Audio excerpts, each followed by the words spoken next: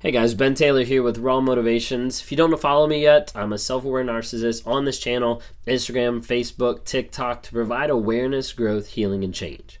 And do that in a couple different ways. If you hadn't had a chance, check out some of our lives that we have throughout the week. On Wednesday night, we have a live just question and answer time from 9 p.m. to 10 p.m. either on my channel here at Raw Motivations or on Mental Healness channel. We alternate every other week, basically. Also, come back on Thursday nights. We do question and answers as well on multiple platforms. So we've got YouTube, Facebook, Instagram, and TikTok that are normally all rolling at the same time. That's why we normally don't have people come on because people can't see the other people. But we do try to pop back and forth and just answer questions, be able to help people as best we can. We also have on Monday nights, we have an exclusive live that's in a secured platform, which is our NARC app. If you haven't had a chance to check that out, it's called Narcissistic Abuse Recovery Community, NARC for short. And so just look that up on Apple or on Google Play and download that to be able to get access to those exclusive lives. On there, we have people who can come into those exclusive lives where they're secured to be able to ask questions, but they don't have to worry about other people being able to see it. It's not broadcasted to the world. It's not on YouTube anywhere for people to see. It's just on there so that people can actually answer questions and work through problems. If you haven't had a chance, grab that app and take a look at it, because there's ways for you to engage with community, ask people advice, get tips and tricks from other people that have been through the same stuff that you've been through. You can go through courses to learn on boundaries or gaslighting or lies to try to understand more about narcissism and how it affects on a day-to-day basis to be able to gain your power back. We have people that record their truth in there so they can remember this is what's actually happening, so they know I'm not crazy in the situation. There's people that track their no contact, that make sure, hey, today is number 15, today is number 20, today is number 300, because they know they can't go back and they have to keep themselves accountable on a day-to-day basis. So engage with that as well. We also have a monthly coaching that happens inside the app through the premium supporters, where we actually get out on Zoom and we're able to talk to each other face-to-face. Be able to interact with other survivors and thrivers who are living and growing and changing on a day-to-day basis. Will you join that community? Will you help us out? Either come in to learn or come in to encourage, because we need more people that know the shit that people have been through, because a lot of people don't understand that. A lot of people don't see it. And if you saw the video that we did last time about narcissistic patterns of abuse, you understand like a lot of people don't see what's actually going on.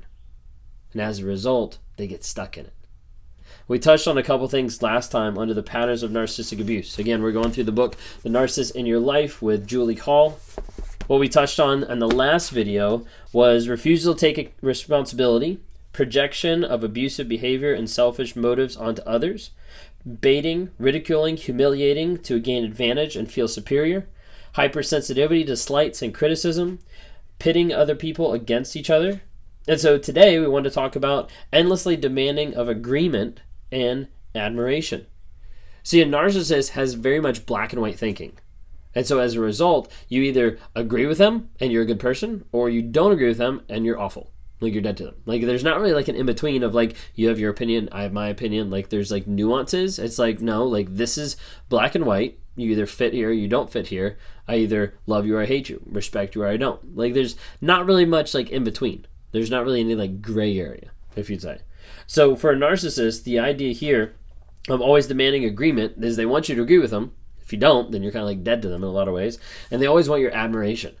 Like narcissists crave excessive admiration. They want to feel better about themselves, maybe because of the shit that's inside, maybe because of the stuff that they've done, maybe because of the worthlessness that they feel. Regardless, they want to feel better about themselves, and so they need that constant validation, constant attention from someone else. When they stop getting it from one person, then a lot of times they'll go to someone else and try to find someone to be like, hey, let me have that attention. That's how a lot of my relationships were made up of, and that's why they went in cycles. That's why those cycles continued even into marriage with cheating and with affairs, which I'm not proud of, but I'm trying to describe and like say that's that pattern that happens of like, I'm not getting enough supply or admiration from this one person, let me add another person, let me add another person. And so on and so on, the cycle continues. All right, so that was number 7. Number 8, sudden, often violent rage with a hurricane's ferocity. It's a really good way to put it. A lot of times I've likened a narcissist to a tornado or to a hurricane, because in the narcissist's mind, the chaos that's ensuing around them It isn't affecting them because they're used to it. They're used to the chaos, and they're used to it being put on everyone else and them not taking accountability or responsibility for it. So when you think of a tornado or a hurricane and the eye of it is normally like pretty calm, and that's kind of where the narcissist is. And in their mind, everything is like calm. This is okay because the chaos that's all around me is what I'm creating. I'm in charge of the chaos. Narcissist wants to be in charge of the chaos because they'd rather be in control than they would be honest about what's going on. But you'll see oftentimes that rage that comes out. A lot of times people refer to it as the demon eyes, where their eyes go like all black and they're just raging and yelling because they're not getting their way. Really, it's like a toddler that's not getting their way. So they're going to rage, they're going to yell, they're going to attack, all these different types of things because they want what they want.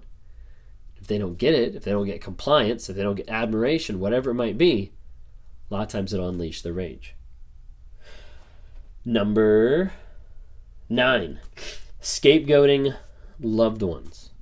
Making other people be the scapegoat, the person that they're going to put all the blame on. Again, it goes back to projecting and things like that, but it's like, hey, if we can put all the blame on this one person, a lot of times you'll see it in family dynamics. If we can put all the blame on this one child, on this one instance, on this coworker, on this job, on this boss, whatever it is, if we can always put the scapegoat on someone else, then we don't have to feel bad for the decisions that we've made. Oftentimes, the scapegoat becomes someone close to them or someone that they quote-unquote love. They don't actually show love or demonstrate love at all, but it's just the person that's closest to them they're going to try to blame so they don't have to feel that, so they don't have to internalize that. Number 10, berating and bullying. A lot of narcissists out there are bullies. A lot of narcissists out there are trolls. Like you'll see them pop up because they want to put other people down. They want to berate other people, tell people off, all these different types of things. They want to be the bully so they feel better about themselves. That's a huge part. They want to feel better about the shame, the guilt that they have. And if they can put that on someone else, if they can project that onto someone else, they'll feel better about who they actually are. So oftentimes you'll see them bully. Sometimes it's almost like the idea of they know the end is coming. They know that someone is going to catch them in what's happening. So they'll flip it around and they'll attack that person first. Oftentimes you'll see this in relationships where you're coming to them to talk to them about something and then they just flip it around on you and they're attacking you the entire time. You're like, wait a second, like I came to talk to you because you've been cheating on me. And they're like, no, you've been cheating on me. Like they'll flip everything around. Because the longer you have to take in defending yourself means the longer they don't have to deal with the consequences of you holding them accountable. Or a lot of times you'll forget. Or a lot of times the conversation will move on or get swept under the rug. Berating and bullying. Number 11, gaslighting, making you feel crazy. It's what a narcissist does. They take you looking at something that's true, and they try to convince you and make you understand that actually what you're looking at is completely false. They try to make you go crazy from the truth. Give you an idea, there was one person that the spouse had a condom that was in the trash can. And the other spouse came in, they saw it. And they confronted him about it. Not there, but like later on, they confronted him about it. They're like, I can't believe that I saw that. Well, the other spouse, the narcissistic spouse, went down, took the condom out, threw it away someplace else, hid it. And brought the other spouse down and was like, I don't know what you're talking about, but it's like awful that you would accuse me of that. Made them dig through the trash to find it. They never did, because it was gone. That's like gaslighting, where they're making someone feel crazy about something they actually experienced, something they actually saw, for the purpose of controlling their image and for the purpose of controlling that other person. Now that other person feels bad because, I must have misspoke. I must have not seen that. I must have, and they start apologizing for things that the other person is actually doing, but the other person is convincing them that it's their fault, or convincing them that it's not even real. A lot of times you'll see this with narcissistic people. Number 12, entitled, arrogant, abusive underlings such as employees, wait staff, clerks, and secretaries. Now we all know that narcissists feel entitled anyways, and a lot of times they take that out on their close ones, on the people that are closest in their circle. But oftentimes it leaks out and it starts abusing other people as well. Many of you have probably experienced a narcissistic boss that doesn't give a care about the people underneath, treats them as subpar, as underlings, like it says here. The employees, the staff, the clerks, the secretaries, the people that are underneath a narcissist don't really count. And as a result, they just kind of view them as small, as being peons, as being the servants that are meant to serve them. That's the intense ego and entitlement that a narcissist looks at. Because a narcissist doesn't look at people and think, hey, that would be a good person. Hey, that's a bad person. Hey, this is a person that's valuable to the company. They look at, hey, what can these people do for me? How can I get what I want from them? Because most of the interactions are transactional. Most of the transactions back and forth from different people are exactly that. Just transactions in the narcissist's mind, because all they're looking for is for other people to meet them in their supply, to give them that validation, to give them that admiration, to comply with their thoughts, comply with their demands.